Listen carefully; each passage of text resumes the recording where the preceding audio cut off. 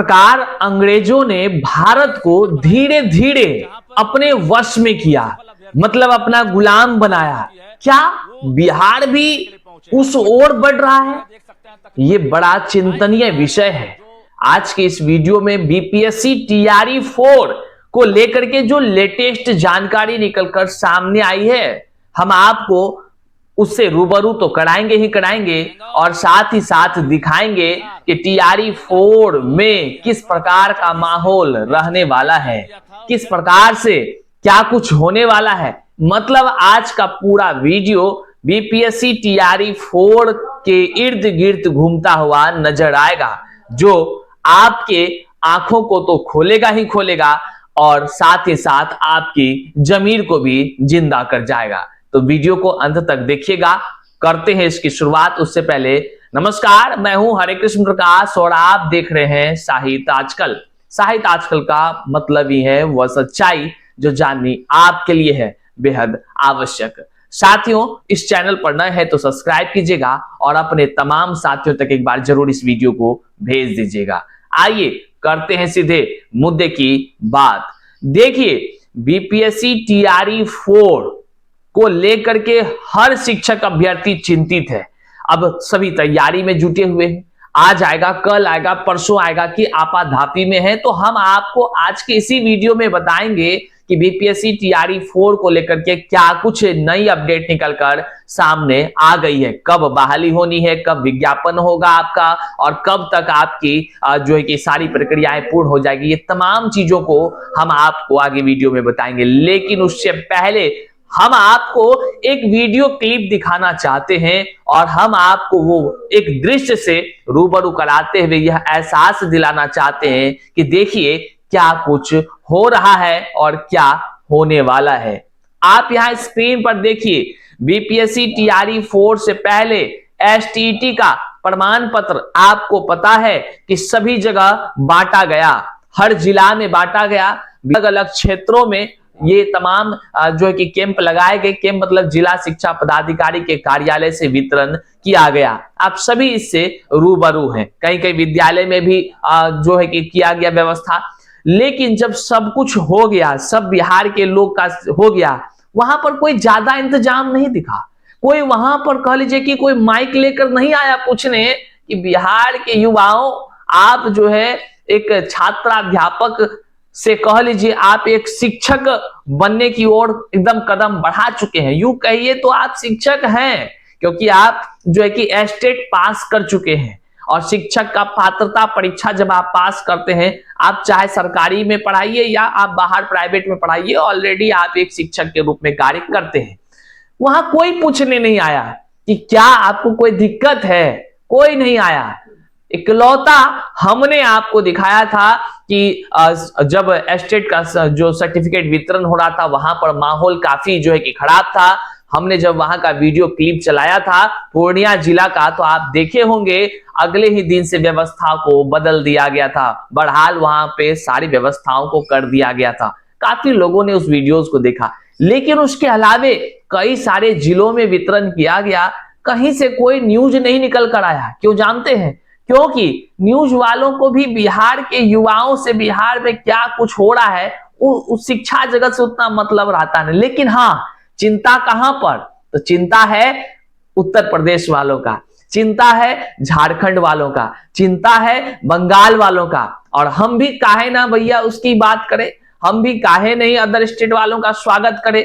जब बिहार के ही सरकार धोखेबाज निकल जाए, बिहार के युवाओं, बिहार की जनता से जो वादा करे, जस्ट उसके वादे को तोड़कर धोखा दे और फिर पूरे अदर स्टेट के लोगों को बिहार में आमंत्रित करे, तो भैया हम विरोध करने वाले होते कौन हैं? तो हम जो है कि आपका वेलकम करते हैं। जितने भी अदर स्टेट के शिक्षक अभ्यर्थी हैं, स्वागत है आपका हमारे राज्य में और खूब मस्ती से नौकरी करिए। अब देख लीजिए, एक भाई साहब जो है कि एस्टेट का सर्टिफिकेट ले रहे हैं। कहां कहां से ये सभी आए हैं, जरा सा इस वीडियो क्लिप को आप देखिए। कुछ अभ्यर्थी हैं, उनसे बातचीत करते हैं। कहां से आए हैं आप? जी सर, मैं जौनपुर उत्तर प्रदेश से आया हूँ। बिहार में ही नौकरी करनी है? जी सर, बिहार में मेरी वाइफ का हुआ है। यहाँ पे हस्बैंड भी यहीं की नौकरी करेंगे? नहीं। कहाँ से आई हैं आप? मैडम कहाँ से आई हैं? कहाँ से आई हैं? जी सर, हम जौनपुर से आए हैं। जौनपुर उत्तर जौनपुर से प्रदेश। अभी आई हैं? जी अच्छा, क्या लग रहा है कि बहुत ज्यादा भीड़ है? जी सर, भीड़ तो रहेगी ही। देख रहे हैं ना, ये स्टेट का सर्टिफिकेट वितरण हो रहा है, मतलब समझ रहे हैं, ये सभी अदर स्टेट के लोग हैं। पटना के 12 लगभग सेंटर पर इसको बांटा जा रहा है। लाखों की संख्या में बाहरी राज्य के अभ्यर्थी अभी बिहार में पहुंचे हुए हैं और वे सभी स्टेट का सर्टिफिकेट ले रहे हैं। तो सभी का वेलकम है। वेलकम इसलिए है क्योंकि सरकार की जो मंशा है वह बिहार के युवाओं से ज्यादा चिंतित अदर स्टेट के युवाओं के लिए है। ये कहना कोई बड़ी बात नहीं है, इससे साफ जाहिर हो रहा है जिस प्रकार से अदर स्टेट वालों के लिए व्यवस्थाएं किया गया है। अखबार में लगातार बातें निकाली गई, जिस तरह से सारे तामझाम किए जा रहे हैं, मीडिया पर्सन भी एकदम खूब उसको दिखा रहे हैं, भैया ये हो रहा है, भैया ये हो रहा है। इसका मतलब है कि सभी मीडिया जगत के लोग भी चाहते हैं कि जो अतिथि आए हैं हमारे यहाँ उसका खूब स्वागत होना चाहिए। लेकिन एक भैया को कह लीजिए कि खाली जो है कि परेशानी है एकदम, क्या कहें, देखिए भैया क्या कह रहे हैं। अब आप मैं सुबह आया तो ना कोई टॉयलेट की व्यवस्था है, ना कोई पानी पीने की व्यवस्था है। दरअसल इतने लोग आ रहे हैं तो कोई अपनी पर्सनल व्यवस्था कहाँ से रखता है? और पुलिस प्रशासन ने सुना, इनको केवल टॉयलेट से परेशानी है, इनको केवल फलाना चीज से परेशानी है, जबकि शिक्षा पदाधिकारी कह रहे हैं व्यवस्था है उधर। लेकिन देखिए, मूलभूत सुविधाएं तो होनी ही चाहिए, इसमें कोई दो राय नहीं है। और शिक्षा पदाधिकारी कह रहे हैं, लेकिन एक बात बताइए, तो खाली यही का है, हम तो कहेंगे सरकार से कि आप उनके लिए सारा व्यवस्था कर दीजिए। पत्नी इनकी नौकरी में है, ये है नौकरी में है, ये भी अब जुगाड़ कर रहे हैं या जो भी है। हम तो कहेंगे कि इन लोगों के लिए एक एसी वाला कमरा भी सब बुक कर देना चाहिए सरकार को। भाई तकलीफ कहा इन लोगों को हो, अतिथि है, कल होकर कोई तकलीफ होगा, बाहर में बेइज्जती होगा। बिहार का युवा को नौकरी हो या ना हो से क्या मतलब है, क्या लेना देना है? वोट खाली चाहिए ना हो, वोट के लिए तो बिहार का युवा वोट दे ही देता है, वो बहुत भोला टाइप का आदमी है, उससे कोई दिक्कत नहीं है। बिहार का युवा में एक चीज है कि भैया आप चाहे आप उसको खाना दो या ना दो, सुविधा दो या ना दो, यहाँ के नेताओं के द्वारा उनको कुछ मिले ना मिले, पुल बने टूटे, उससे उसको कोई फर्क नहीं पड़ता है। पेपर लीक हो या ना हो उससे कोई फर्क नहीं पड़ता है, कहीं से कोई फर्क ही नहीं पड़ता है। पैकेट में 2 टका रहे या ना रहे कोई फर्क नहीं पड़ता है। पढ़ लिख लिए, जो है कि अब ओवर एज में जाने वाले हैं, नौकरी में जो है कि डोमिसाइल नीति खत्म है, उससे उसको कोई फर्क नहीं पड़ता है, उसको वोट देना ही देना है। और अपने जाति के आधार पर, धर्म के आधार पर अपने नेताजी को एकदम कुर्सी पर बैठाना ही है। तो भैया जब सब मिलकर बैठा रहा है तो हम काहे अकेला विरोध करेंगे? क्या जरूरत है हमको करने का? फालतू का काम है। तो हम तो सबसे ज्यादा वेलकम ही ना करेंगे। जब नेताजी सब वेलकम कर रहे हैं तो हम तो नेताजी से कहेंगे, नेताजी एक काम करिए, जिस तरह से 12 कैंप लगाकर, 10-12 कैंप लगाकर आप वितरण कर रहे हैं एसटीटी का सर्टिफिकेट, बड़ा ही अमन चैन से देख लीजिए कहां कहां से लोग आए हैं, सबका चेहरा देखिए, सब तैयारी 4 की तैयारी में लगे हैं। कहां से? जौनपुर, कहां से? फल्लापुर, कहां से? बंगाल, कहां से? न्यूज वाला भी बड़ा मजा लेकर के मतलब सवाल कर भी रहा है। चलिए अच्छा बात है। और ये सभी जो महान अतिथि लोग हैं ये सभी बिहार आए हुए हैं। कहां से भैया? अदर स्टेट से। अब इस तरह का सवाल उठना लाजमी है कि पहले भूतकाल में आखिर इस भारत के साथ हुआ क्या था? भारत के साथ क्या हुआ था पता है, आपको पता है, सबको पता है, लेकिन एक याद करना जो है कि बहुत बड़ी बात है, याद करनी चाहिए। भूतकाल को भूलना नहीं चाहिए, अपने अतीत को याद करना चाहिए। अतीत यह बताती है कि जब हमारा भारत कितना प्यारा भारत, सोने की चिड़िया कहलाने वाला भारत, अंग्रेज पहले आते हैं बहाना बनाकर, व्यापारी बन या तमाम तरह से एक छोटा छोटा बहाना बनाकर पहले ईस्ट इंडिया कंपनी डालते हैं, फिर जो है कि धीरे धीरे कदम आगे बढ़ाते हैं, फिर राजनीति में अपना जो है कि कह लीजिए कि दिमाग लगाना शुरू करते हैं, फिर फूट डालो शासन करो की नीति अपनाते हैं, और फिर धीरे धीरे इस पवित्र भारत को गुलाम बना लेते हैं। और अब आप जरा सा उस अतीत से क्या सीखे? यहाँ के नेताओं को क्या अतीत को भुला जाना चाहिए? क्या बिहार के जनता को अपने अतीत को भुला जाना चाहिए? अपने प्यारे भारत के लिए जो अतीत पहले का है, जिसको हम लोग पढ़ते भी हैं, क्या उसे भूल जाना चाहिए या उससे कुछ सीख लेना चाहिए और वर्तमान की चीजों से जोड़ना चाहिए? हमारा भारत किस ओर हमारा भारत तो है ही है।